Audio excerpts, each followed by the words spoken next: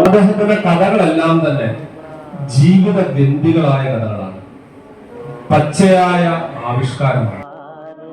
എന്റെ എഴുത്തുകൾ വായിച്ച് ഏറ്റവും കൂടുതൽ ചിരിച്ചത് ഞാനായിരിക്കും, കരഞ്ഞതും. കാരണം അതൊക്കെ എന്റെ അനുഭവങ്ങളായിരുന്നു.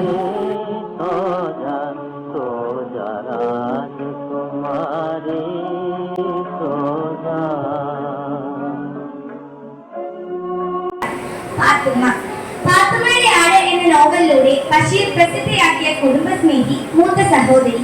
ബഷീറിനൊപ്പം കുടുംബാംഗങ്ങളും നിറഞ്ഞു നിൽക്കുന്ന നോവലിലെ ശ്രദ്ധേയ കഥാപാത്രം.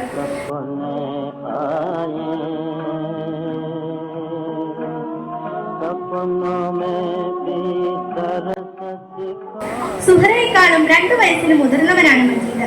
പരസ്പരം പേടിപ്പിക്കാൻ ശ്രമിക്കുകയും കോക്രി കാണിക്കലുമാണ് അവരുടെ പണി. فيض محمد بشير شاعر كبير في الأدب.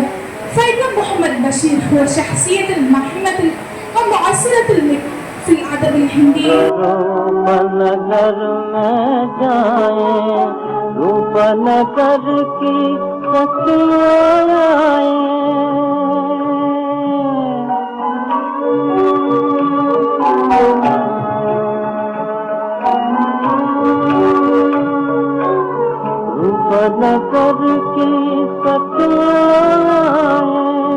राजा की माला पहनाए, चूम मांगते हारी, सो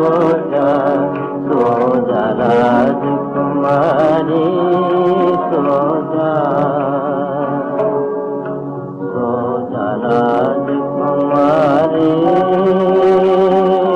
सो जा.